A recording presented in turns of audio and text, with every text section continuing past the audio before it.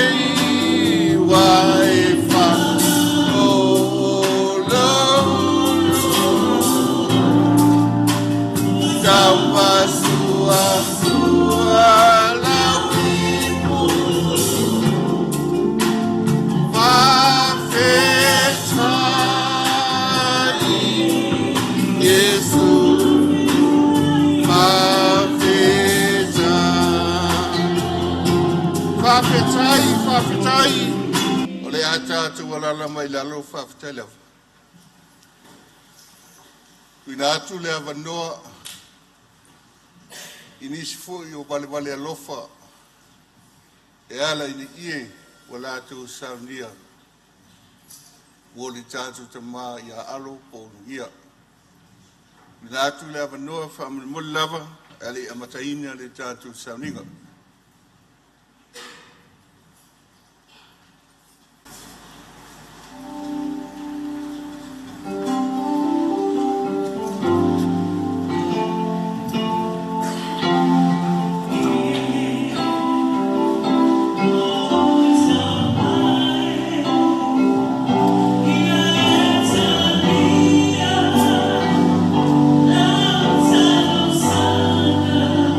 Lord, hallelujah.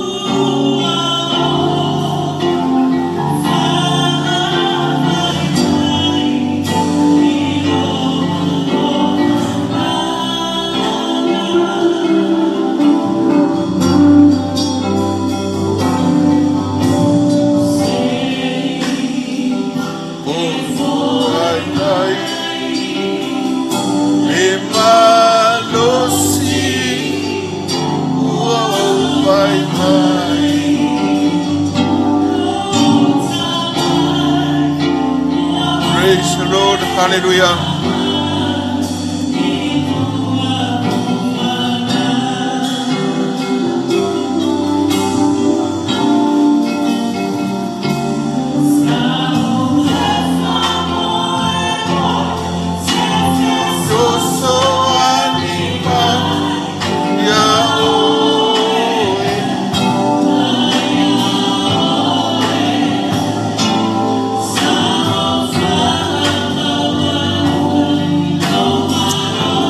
Hallelujah.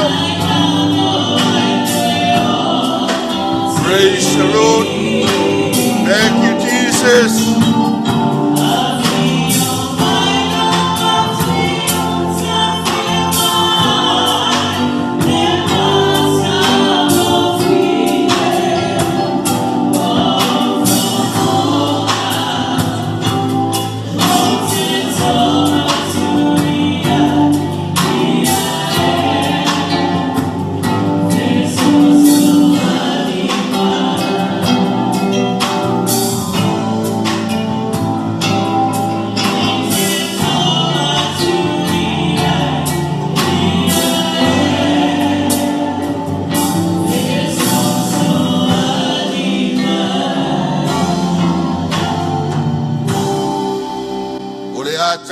Tapuai le tua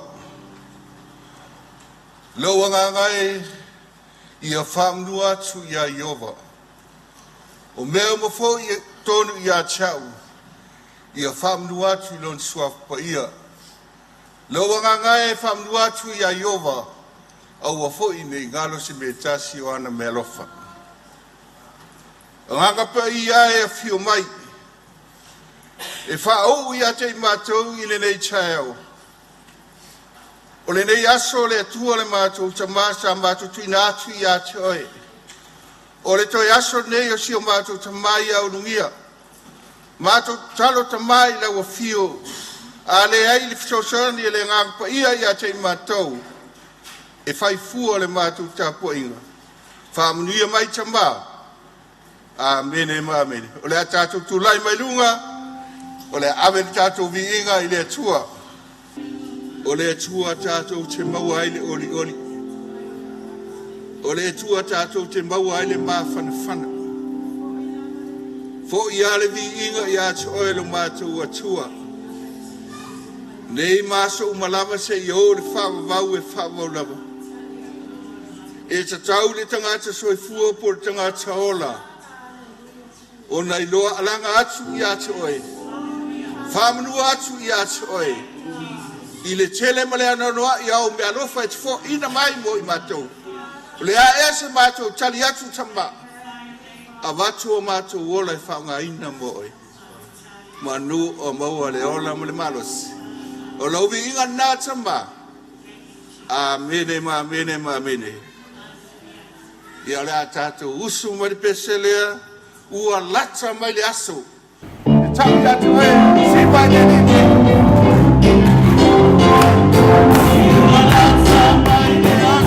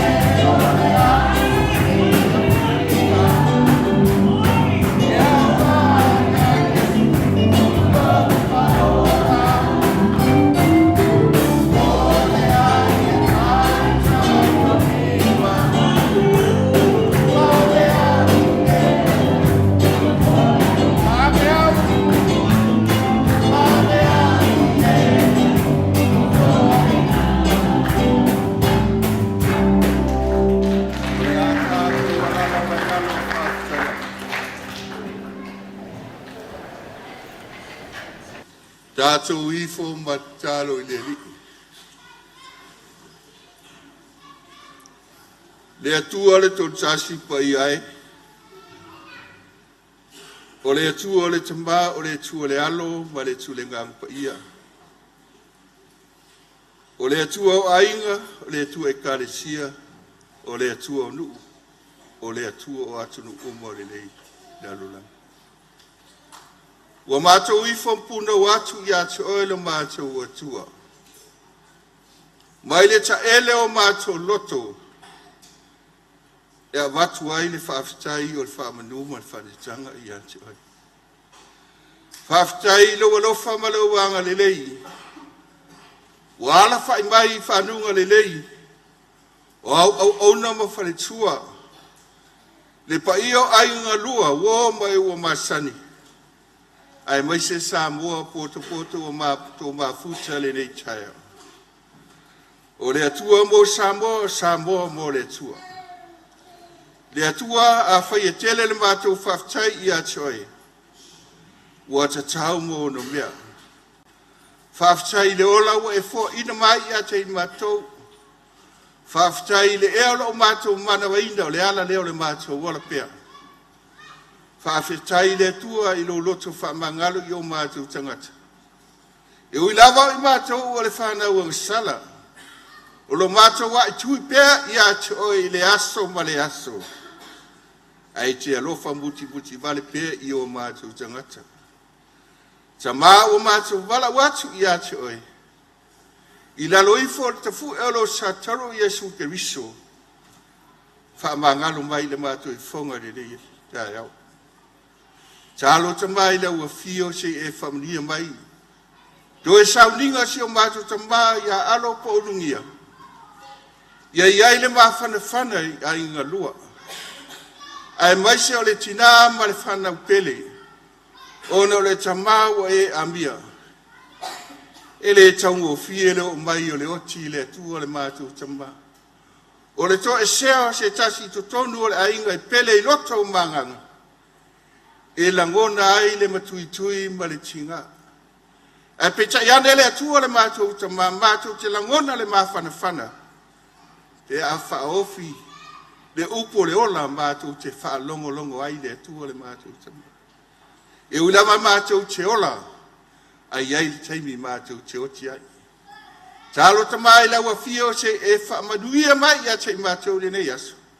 O mea umalava mātou te whaia, ia fo I lava le vi inga ia te oi.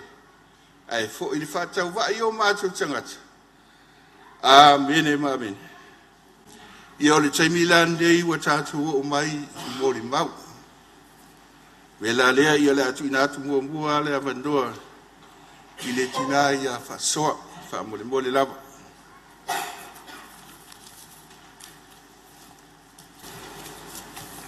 I le sua whaman malo Yesu Keriso, le tātou li ma lo tātou whaula.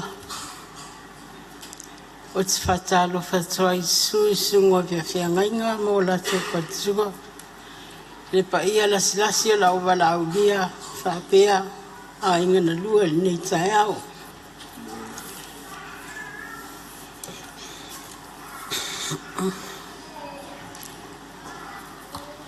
Ua whamalolo e ia o e ua rato momo. Mafutusia o la tau manu ati ngā. O Yehova o lo umana malama ma lo wha au le tanga. O ea o te matau I ai. O Yehova o le malosi ia o lo wola. O ea o te fefe I ai. Whaftai lau sunga I taitai ma lo au waa. E whai ai au masui o le whanau. E whai a se moli mau a wale maftanga ma le tama o le ainga. O te whaatu lou I le paia ma le mamalu o le sauninga nei I le susu ai le sunga le taitai. Ai mai se lona au waa whapea nofo a whawhea ngainga ma o la tō whatua.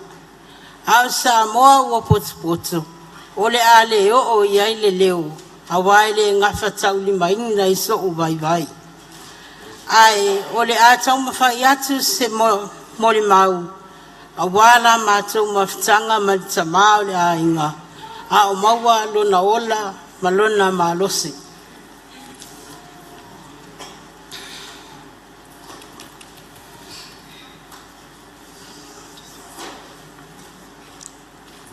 O Ulugia na whanau o ia I le aso. Fitu o apelila I le tausanga I tasi iwa o no lima. Ua lima sifumale iwa nei o na tausanga.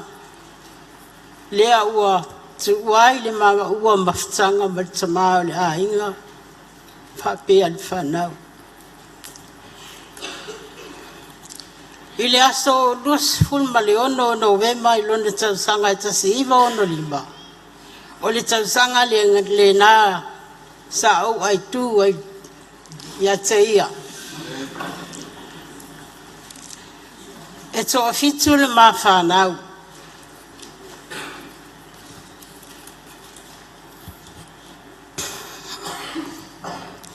O ia stama e anga malu, o ia stama e alofa. I le matau mawhitanga mai malita o le ainga.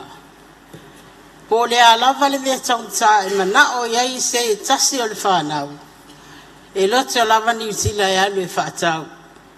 Po le ali taunta o le mea, ma le mea ai tau mwhai lava ni utila e whaise me e tali ai le mana o le whanau. O ia fo i o sta mai tu ma losi tono le maa inga. O ia lea na te whaia uma mea i te tono le maa ua a inga. O loo wha moe moenga lea.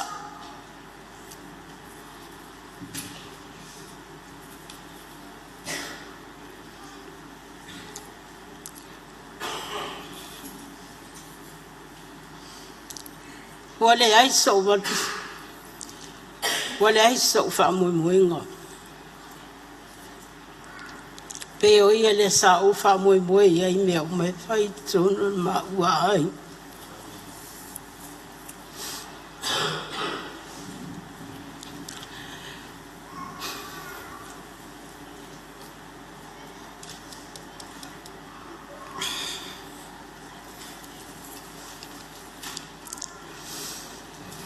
E whaangano ngā tā wingo nei tangata.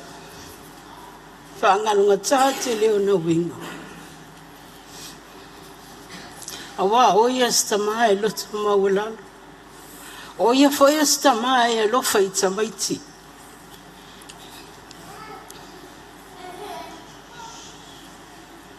Le nei watu ua New Zealand mato mawhitanga. Ai watu ua na wa uma le whanau. Te leo taimi o te whaamawalunga i le maaba ma New Zealand.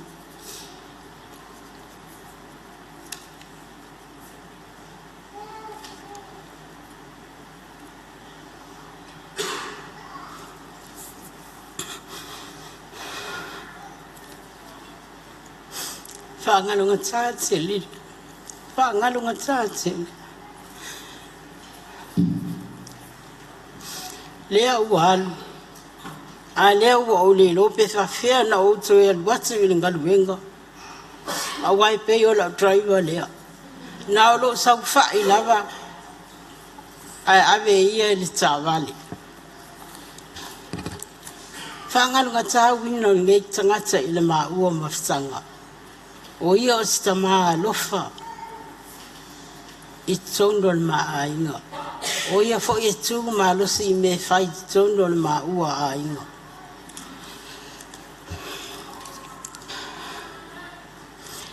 Ia o se moli maupupo ulea e tusa ai mal mawhitanga mal tamaa o le a inga. Ai maise si au whanau. Fe mai upu tumua o lao moli mau. Ua whaamalo lo e ia o e ua loto mumu. Mafusfusia o la tau manu atinga.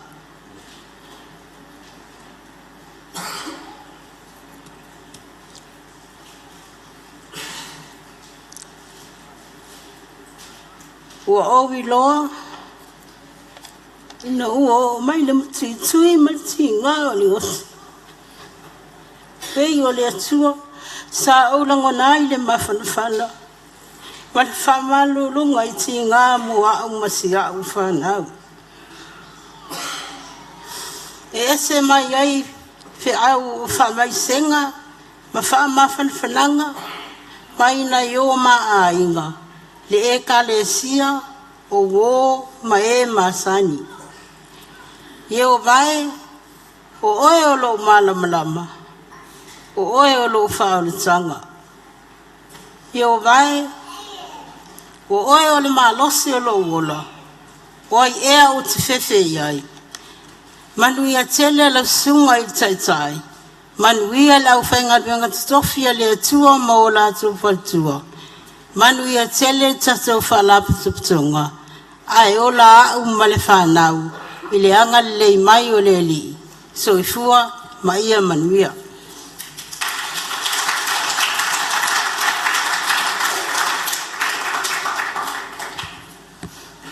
Tui nātu le avanoa ya hinga Ulugia whamulawa, molato monmau, whamulawa.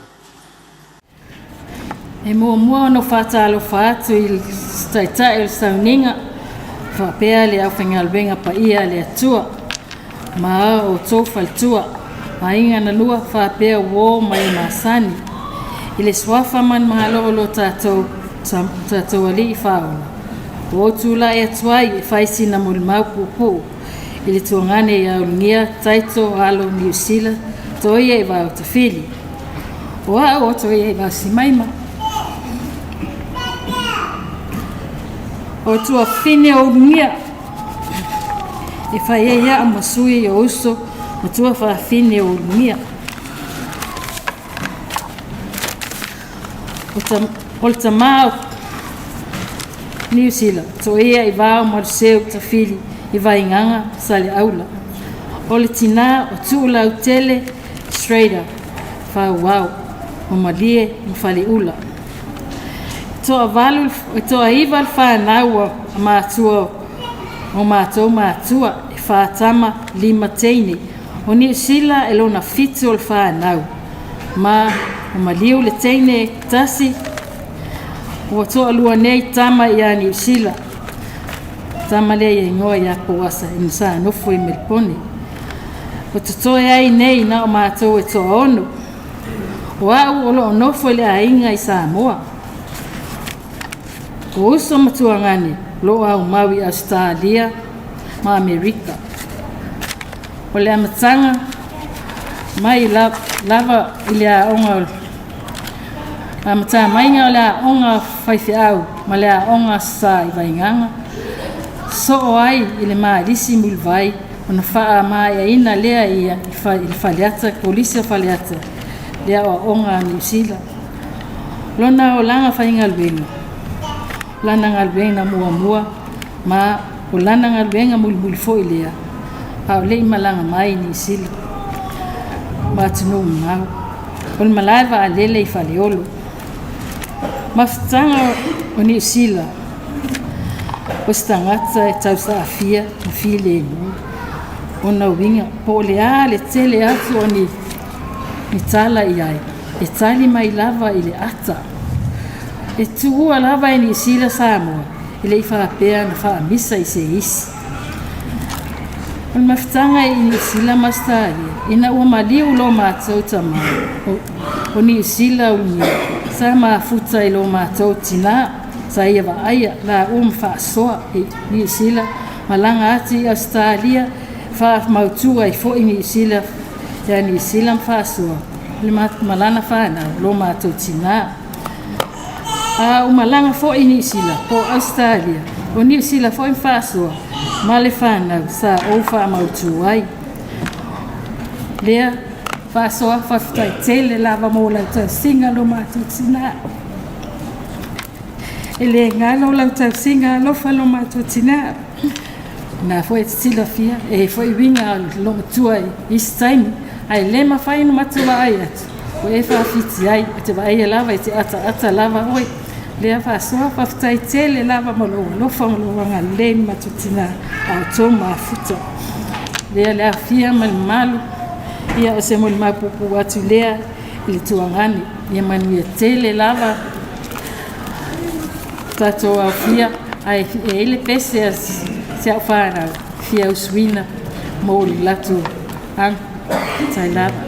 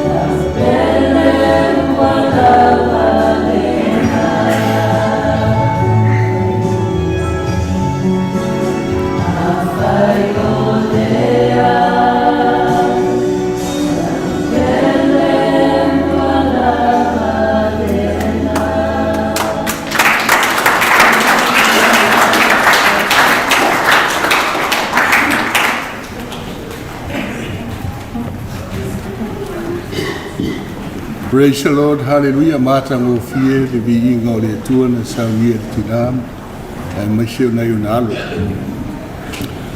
The tonu ele tuinatu le avanoa I alisa Yeremia. Tatu tulai mai lunga. Ulugia stanga te fie siva. Hallelujah. Toia te oi o le asu nei o le asu fie ulugia. E Paula Valero tatu vai ulugia. Tatu fato fale yai. Su papa palufa mole.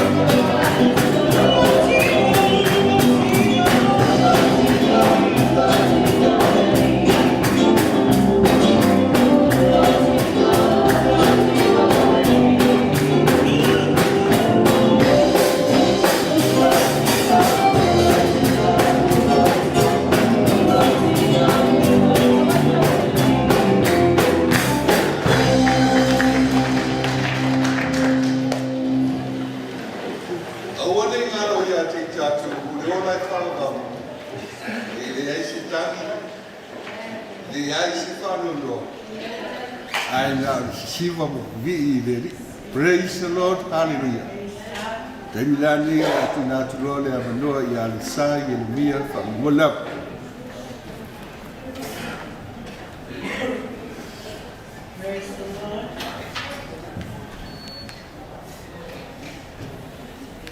Ya le au kai ye ka fai ko mau fa poi le vaiula se yo kai nga foi le ula uniwa se yo fa se e ai muriaba ma se yo fa lang vaiula ngo fo na nga e fai nga ka ngalu kai ku o wale sua te tai e au whainga luenga le tua a o sa mua o poto i le so pa i o ainga na lua na manatu lea au liuri tu la sauskai ona pa u leo so tu wang tonu ai pe tai o au leo a fai lo atu le sunga i le whawhengai lea fai mai ai a le kou fai la unga nga po o le vau ia manga ia foi o au la leo wapea ua lewa nga maliu vau a le hawhe mai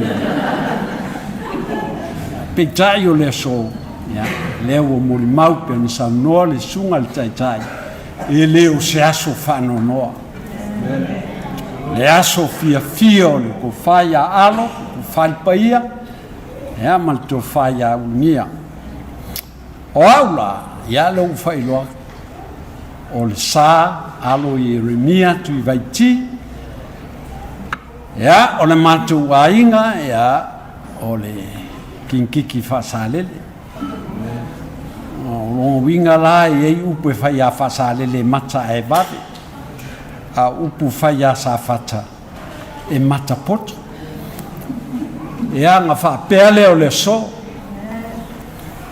o ma uala po a ia o ma tua fa soa ma tua fa tu la fono sa ma maita maina fa soa i le tausanga e tasi le afe iwa se lau iwa se fulman lua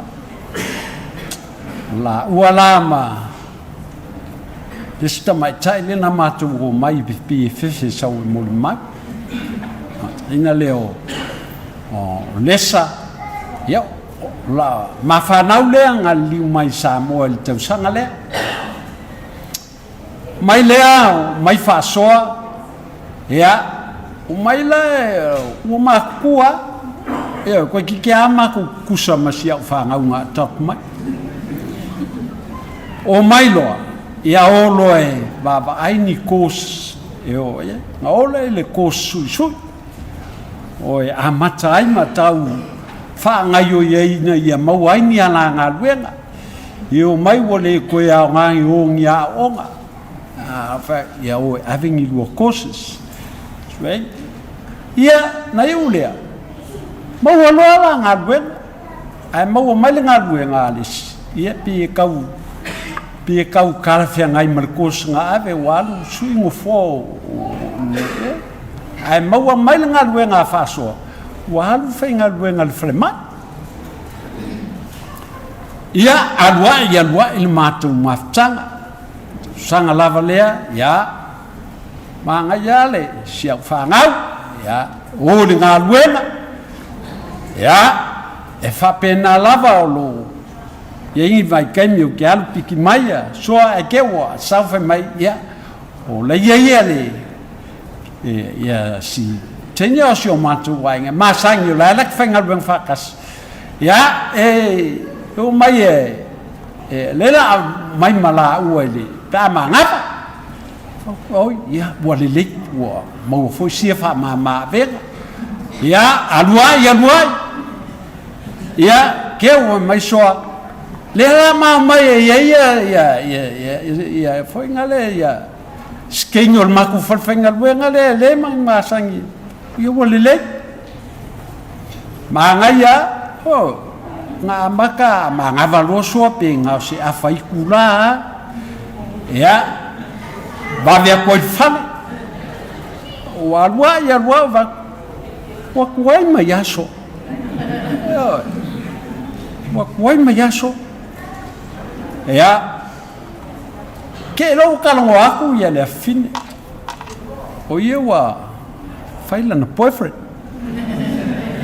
fa ku ya mai le fale mai si va ya ku ya pero foi o que pasia ya mani wa ku ya ai le mataya sila ya la ku roma ko filo ya fai fo ya ma ku kala fa kai le ya yo so mangaku ile ya so ya awale le winga le kai me kero feo ai pema va ai ya kai me ko sui fa fu se el ma fa fu les me sa mengi yo kama ka fa se is kai ya nga alwa ke ya wo ka fi wa fa ka di so ile sis alela wo ma wo mul ma wanga fi le leva ya wo fo mali meli lo alngi ele lo ba pe ngo fa ya ke ya wo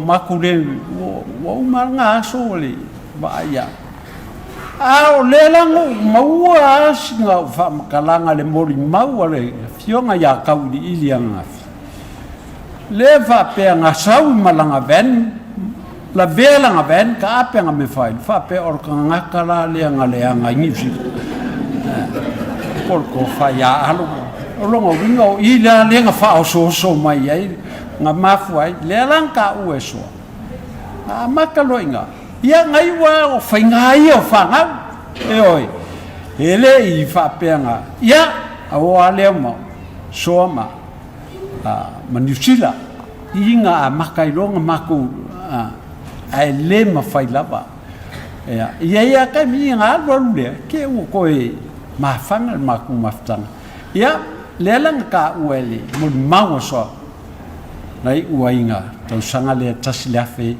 iva selau ia lenga o le iva lima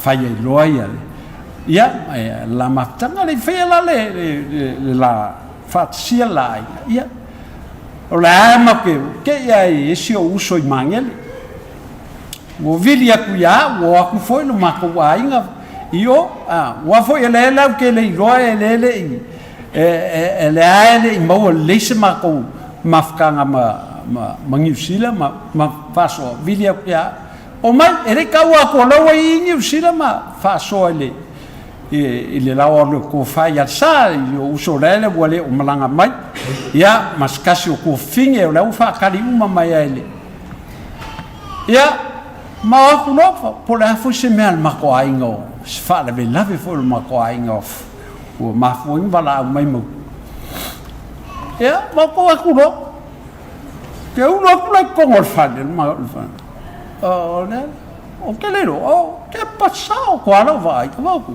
o New Zealand faso ia mo mea kama mo meo e fa pea lali uma le ia o ke ia New Zealand lo ko sabi e ko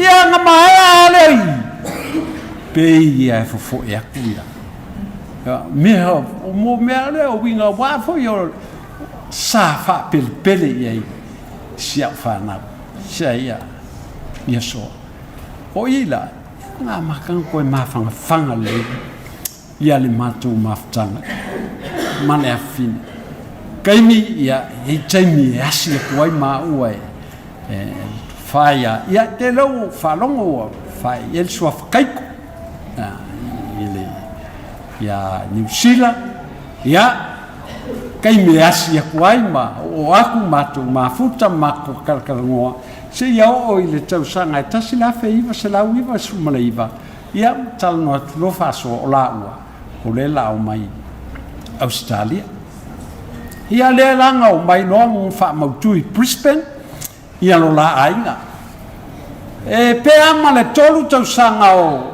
faso ama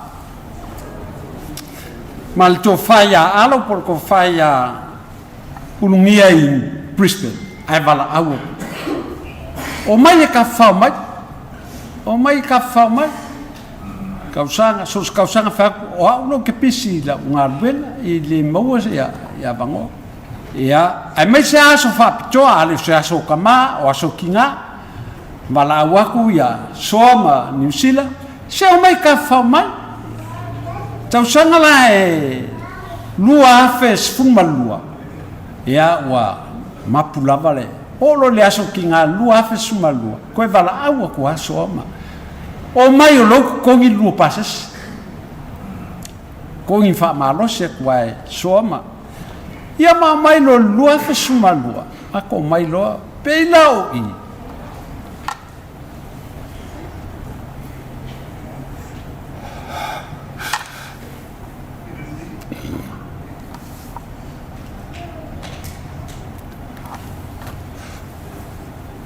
Mafanga il mamafta.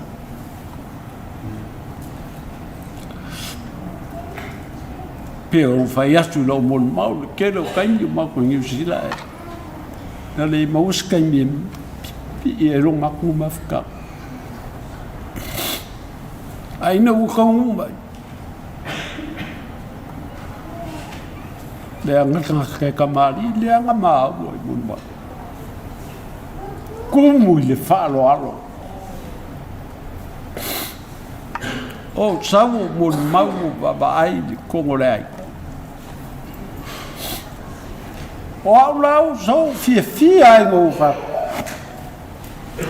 com mato ai todo me pico sili la leanga fia mo kule ula ungi fai a sua vai lá e ele ai ka so o lua vai aso que ele vai ai a unia que ele vai ai a lo va peole eu não ai lá se cai mi por le lever o sa foi a vai o so olha eu não ia unia le lever po lá lo lá o mafofa e ser farolo e lole le Ulugia lole alo che le circieli kakai ulola la kala fole ke bi fa pa mafuka a le hanga ngai ia o lo wei lo Ulugia lo mai e ia fa ore so kala ngwa nia ke lo le ke ulo nga ya mau ele o se fefe o lunia ya mau kumul ka ka falo alo se ka ngaka nga falo alo ka ku so se ka mi unia o le go fanga le pule ayo sa lo ko ayo paul meo fa kai do falo o ila no loilo pe algo vai wa ave foi lo fai ko ki a o ku ko ma ko fale le ka bi uma o pe ska ko lo sa ko cha o fai esa pa mtala ya pe a mo fai ko o sa wa me ko fai ngal we ngai nipsi a ka ngaka nge sa lo la ave pas me sa wa ko so pas fa sol a lunga a maua ke le mai sa wa mao ave ule ile me fa pe ke manga o ni a wangi o ngofo yo walu pe e manga kuria o fenga ben a longa ngana ta inga le longa lo ia a wangi ia mo se me makka ngoli me ma ke mai fo ko lu sia ma fa nga kama ma ko mi ma ko o di foi ia le ma ia o nga a ole poco le fale o aloma faso ali ko lu apo ku moi a le wa fa fo nga le fa nga woso ma mai ma o ma fanga o mai si whangau New Zealand sa moisi o wari ko ma ko ngofo ai au ke le o ai so faku alo abaku mele so soangi il kakuainga o lele ya kasi lima fainga luenga au ke fai yaku ao alo ma fa so e fa kau o ka i pusa pa ko moa lenga o muri mawai o muri pipi fa kau pusa me va pe ke le lopo yese kai mo ke va yaku wa suipe fa le komu se me ka sami kongol makoai o le kalo ale o kalo o le fai e oi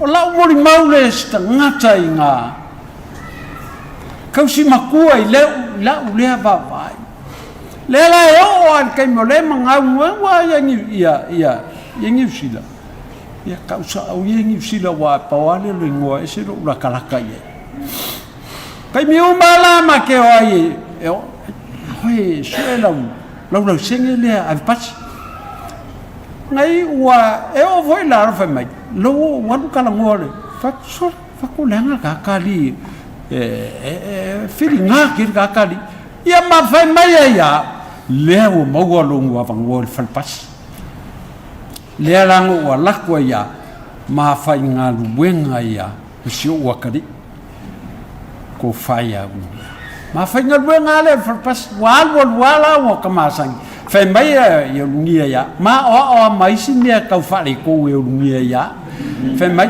o van ke minga le ke la ko o la ko kongi i vai ke mi ya ma i vai ke mi yang ma ko amakai e ko kongi no pasa se foi nga le fa nga la cash mai urmia vai o si foi ken e ke la ko e au ke ka ngoi kale ticket la kaka nga ma thank you ya ma ka o va oi fa mai fa yo ma ka dila ale avesse ticket o lau pupeana ku lau kan fak sole ya fak o ke ni fai le au ni ko ala nga ke fak ke ma ya vole me ya pe se furu foi nga ya ko nga ka va pe nga ma ya e pe yo o winga yo le tangata pe nga mafuai he was so close ole mafunga fanga ngi mafutanga pe ama le lima masinga inga ua maua sanga luenga le whana whako fa pe mai loia ko whaia alo ko whaia unia ia ma ngai alo ua ma ke dei whai o leo sua se ma whai ko ke ia o whau lo maua le ma ko whai o whaia lo whai ia unia ma sua ia pe o ngai urong ma ko ai le mapu ale ngā luenga lea a fa soam unia po a sa so e mai sa e sui salame ai pe ke o sui o sei a sa ka mo fai au ni murmuria so e a makusa mame ai ia pe yo winga ia e fa ngalonga ka ilo mako ngofoi e o le fai ngola na fanga o la le mo mal ke mako ngofoi kamai ki la ki ko ki a kofu kamai ki ma laptop fra ma kanga o fainga le o a onga kamai le manga o ia kaiko ia se mea e fale kongo lang fanga pe ku ua mai le onga e o le mea ai kamai ki le vai o le lancha kamai ki ave le hangal ka ya wau siang fanga ia le so wow manga kua le kala le kasi o kuskala la wilo e Switzerland fai mai nga ua maliu ia le tustala le e iai le upu nga kusi lunga o langa tu nga mau polonga ma o mana tu ai le nei ua ki manga kua ai winga o le ko fai a alo po ko fai a winga fai mai fa punga lo i lungo le tunga mau o le tustala la wilole Here lies the man whose photo was written on the water.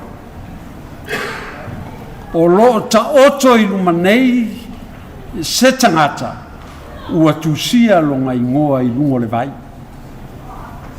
A wā foi a e kango ngei e tusi lo ngoa via pe o la lava se me ke fai e lungo le vai. A ngalu ke vai a e ngalu vakasi molona ingoa. A malu e malu vakasi molona ingoa. E peo winga ngau ke loa te mara. A o i kai me luka luka, o i lo foi lea e i lo le leia e alo por ko fai au nia o ngā wha foi kai me ma si ai lunga mai sa fa so ki leo skaka ke fa longo aku e against le i le mele sa wai soa. Just only through the current. E alua i le mele ma o i fa so. Au foi langa filemu e ke va ai kwa ngā le fifi le mua o le kofai ya alo po le kofai. O le muanga ngana la fa kangaka fulau. E le iloa kanga le kaukai. Pea o inga sou le vasa. Pea o foi inga moku ma le taula. Au wha foi lenga mori mau ki ngā ia whasoa. Ua leilo nei lona whatua tuanga. O winga e whamakalain ka ngā ka wholau. Ao i ngā whakia i le sou ma le luka o le kai. Ua na leiloa le tanga a whai. Pei kai o le mori mau whatua tua. Fai mai a ua whaalongo i a te ia le matangi. A ua ta oto i a te ia le au peau. O winga ia o tangata pa ia langona le ola whatuatua. O lo i a Iesu e ka oko le iai e tūlanga o lo wola ua muki le ola whatuatua. Ua kauau ngā umatu lo whamoe moe. A leo ua lapata i mai. E whaalongo. Po ua liua e ia lea wha e whai mamalu. E ta oto ia te ia lea peau. Ia soa. O loa le foi u whauku aku ia sunga i whawhengai ngā li kākou mawhukanga. Aua ne e manatua ua le aiso whatuatua. Kua sola ia alo po o le tō whai au nia ua mutai ngā ruenga i sunga i e whawhengai. I le tatalo e au male po wha malusia ia maua pea le mawhanawhana i a te oe ai maise whana. Ia o se mori maupupu lea i le nei tae au, whaatai tere i lau sunga i le tai, ia e maise ia sa mō upotupoto i le nei tae au, ono o le suafo Iesu. Amen.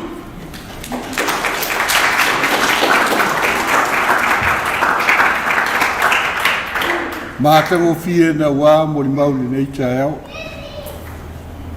Whaatai lawa le tamale le tōla. O te vai lava nei tama e se le fia talu lava na mātou whelua i fia lava i. O ata i o le tangata e mawaa i le atua. O le tangata e whaatua i le atua ma tali tonu i le atua i le eisi me tātou te whanono ai. O na sa o walu ana pō sa o tilo lava le prokalame le sāna. I sili ustai o le ngā o le mamu koa. E umolo mori bau o le ainga, se so o mori bau o le whaise au. O te tonu, ai le whaia la o mori bau. E manatua ai le o loto, le mawaenga i e suilo na aso. ona le afio e feiloa i molong tama sila atu Yesu lona au so ua whaanonoa ma Yesu aua tō te whaanonoa wai au ngalo ua luese a o le luese e le mawhai o na lingi mai le ngang pa i o le tu pēla no o whaalongolongo e i boni mauri tamalea e se le taua ia tia o te langona fo i o le whamalosi nā lo nei tangata e le tinai a whaasoa ma le whanau a whai tō te alofa le tamalea o leo au i ofa le tamalea a o amele leina tō ai muli tai ai meana tō wawa ai le tamalea Wai le ngāle tātou whapeifo e le lei. Ai le muli tai tātou le mea na whaasino le tātou tamba. I le mātou mawhatanga mo Ulugia. O leo e sawali lei le tolu o tausanga o mātou mawhuta. O se tama e le mawhuta tele i ata. O te vai o sta mai loa fai le vā ma le fai fiau. O le taimi e luatu ai o mātou sauninga. E sea na sau i atia. O i o te ilo ai le tangata e awa mi ngao i atia. O le sila sana latu ai Ulugia. O mana o lava o te alu te wheiroa i ai. O te alu atu lao Mai ane lava le malu alai tau mafa le tapa au ngi. Lava ai mai lo ia tia ufa pa ulalo sikali. Ola utala fai Ulugia au ai te popole ia tia. Popole lava o ia tia oi. E manatu i le tua po mau ai o le soifua maloloinga. Hallelujah. E au ngā fo i le ufa soa i nei tai au. O ambea na e tui nau iai ma fau lei lo soifua saunga le mo. Praise the Lord. O se tama tau sa fia tele le tama lea. O se tama anga malu. O se tama fo i e fia tele siva pe a fai pe senga lotu. Mea lea o te langona ai. I le tau mate o ia i le ola i whau.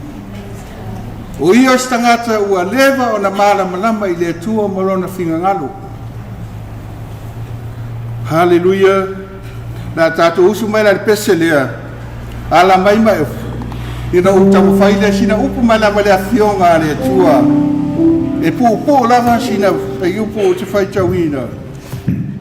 Ona tātou mawai e le ndeas. Ala mai mai ofu.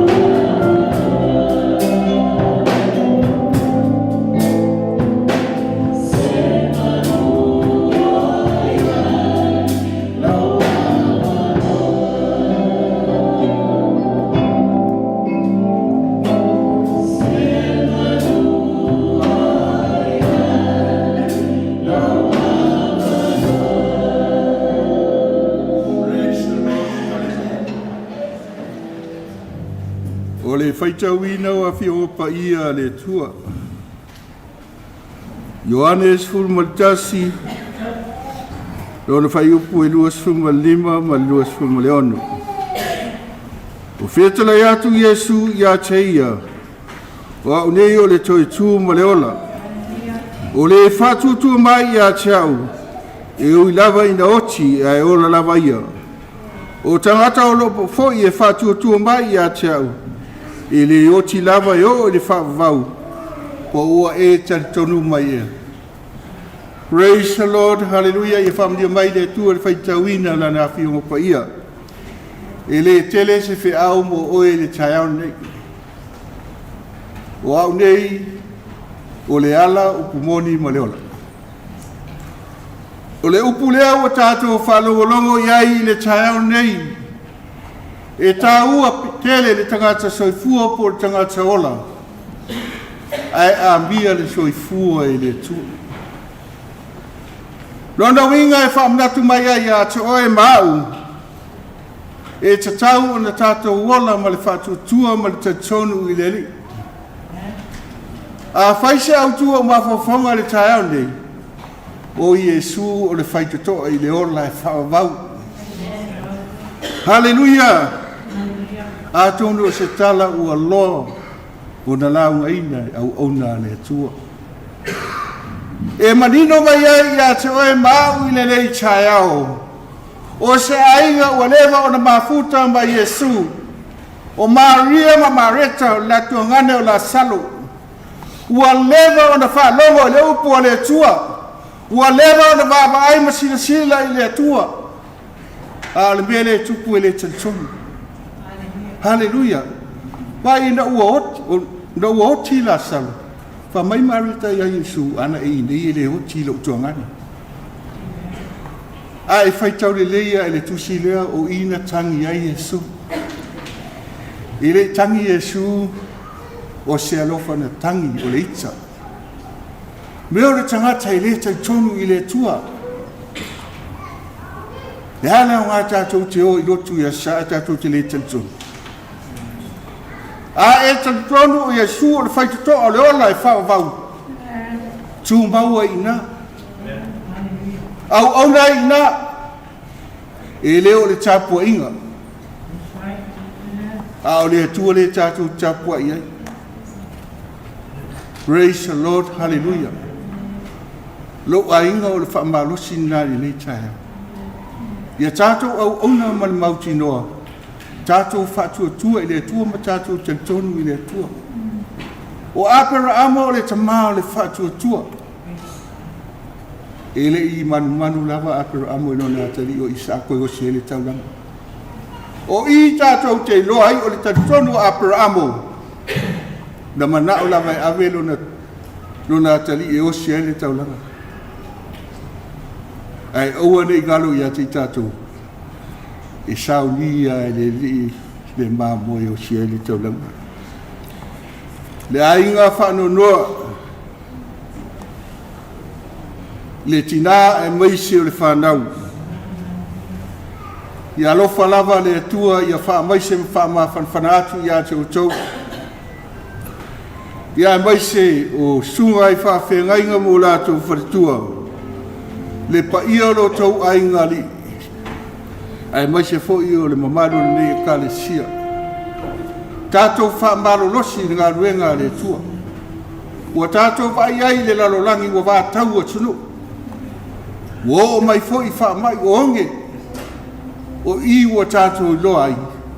Ua lata le fio mai o le li. Ia whamlia mai le tua sua fo Iesu. Amene ma amene. Ia le a tātou tō lai mai lunga, o le a tātou usu mai spese, whai unai le tātou saminga.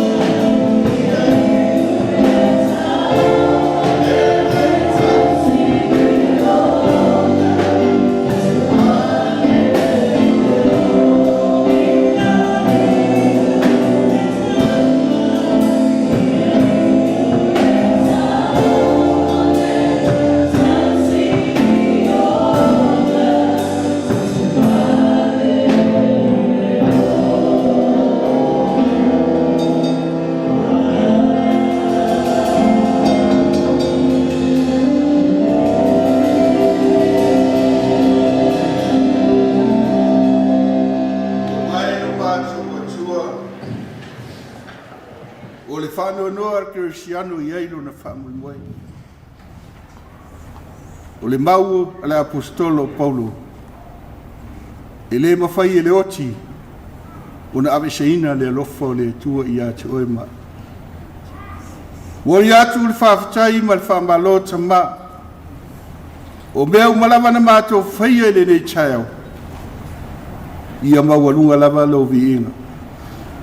Talo tamai le ua fio. Si e whamunia tele le tua le mātou tama. I le ainga whano noa o na le malanga le maliu ma le oti. Whamunia fo i le tina e mai sena no whaalo. O tupu matamali i o whale tua matausi. O sa moa poto o mātou mafuta le nei a fiafi. Ia iai o manuia i a te i lātou. Whātasi mai ala ua fio i a te mātou le tua le mātou tama. O a mea umalawa la a mātou whaia. Fo i ale vi inga i a te oe. Ai tu mau lava le whātau wai o mātou tangata. O le mātou talema le mātou lenga o mātou o le wala au tuai nei. Amen, amen, amen. Praise the Lord. Ia lea tātou pe Yesu si le ainga Yesu fulfulanga whamula. Ona tātou tā ape pe. Ao se la wao na rua. E a vea whakawaa. Me whai mo whonga ka mori la whai ngā wena kōpia le kua. Le paia maua lunga le ainga na rua. I lo ngā wau kele mo e kukalangi. Mā kōpia mori le ngā na whaakai ma le whamalo. I lau sunga i te kai e kusai ma le whamomoe o leo ki pa o leo. Wa e toi pa mua le whamomoe. Wa whamalo whai whaiwa. Wa whamalo ka pena. E mangaru le so. Se kemi o mui. Wa iai se kasi o le ngei ainga. Wa kusi a awai. E kōra kuparapala e sunga e whawhinaiga. A se leo ai mai le ngei kula. E kakao e kuma le ngāna whāwalu. A maera le kako salina e so. O leo wa ka pena le moka. E kala au, maafio, wa sumai. A wā se kari ngā sua e ngei ia ma whātau mai nisi kō kalame pe o ma whōwhaina ma whātau. O le mōwhanga le awhai ai le whāmamoe. O le number 8, Dean Carroll, Penrith. O le whalainga o le style, Pawhei Penrith. O le maokare o le awhai ai le whāmamoe. Ma o le awhai ai le kanswanga. O le kakawa pēna o le ngā whālalu. Masawa se kaini o ngā ngai mai leo le pisa e whakamura o ngā wena masangi pe o ngai le sao mia a e kalaku ma le ngā whaalalu e a whio mai ma kala mai au i le mawhanga pe o ngā whaaloa. E kalaku whoi ma le whaalalu whakamoe tau a mai lau ai ki ma la passport o le laisene whakamoe a whai e misi a te oe ka eka lea whakamani a le a le whai o le whali komo le whalainga ua uma o saugia ma le mga whalonu. Muke reina ma anga koe ke aso pa whai me inguia. Ua whamarore ma ma te karai e sa. O ke moi whakuroa le whahiane le kararea na ngai. O le mamanu mai le karanga koe whawhenai na kaura. Asu ia ko O whapeare whamkarama. Le awa pahure ma ma te karai i ngei aso. A o aro aku le sa o Ulugia i le muku e bauai fia. O whapea i le koe kiri ngā waso ngā whakaira. O le ala ka se e ngau sa i aso ngi. E kai mea mui te o mai whoma ngei aso. Ia koe whaumau e skaku whakaram. Ai whakakai kere ni ngak mai. Pa ia la whenga wenga mai se sa mokoko ngei aso ma maru e kare sia. Ia kako whaia lea mene ngā whakakai. Whakakai kasi mai mai kasi a whakapea le plai. O whawia whakapea whakakai.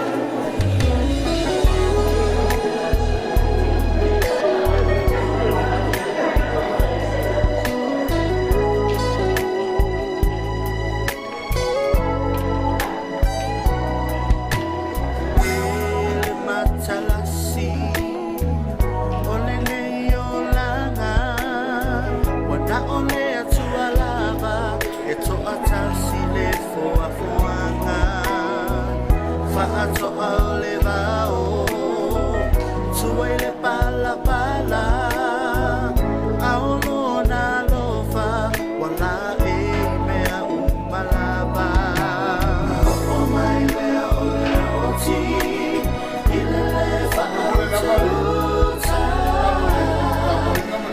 lea lea tua mea uma na o mai lea o lea o ti ilele fa'auta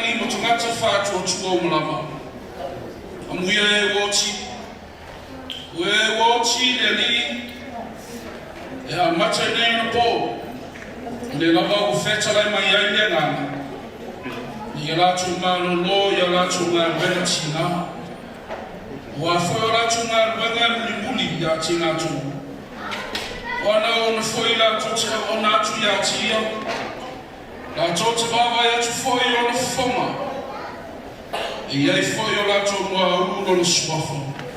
Se o tanto talo. le tua se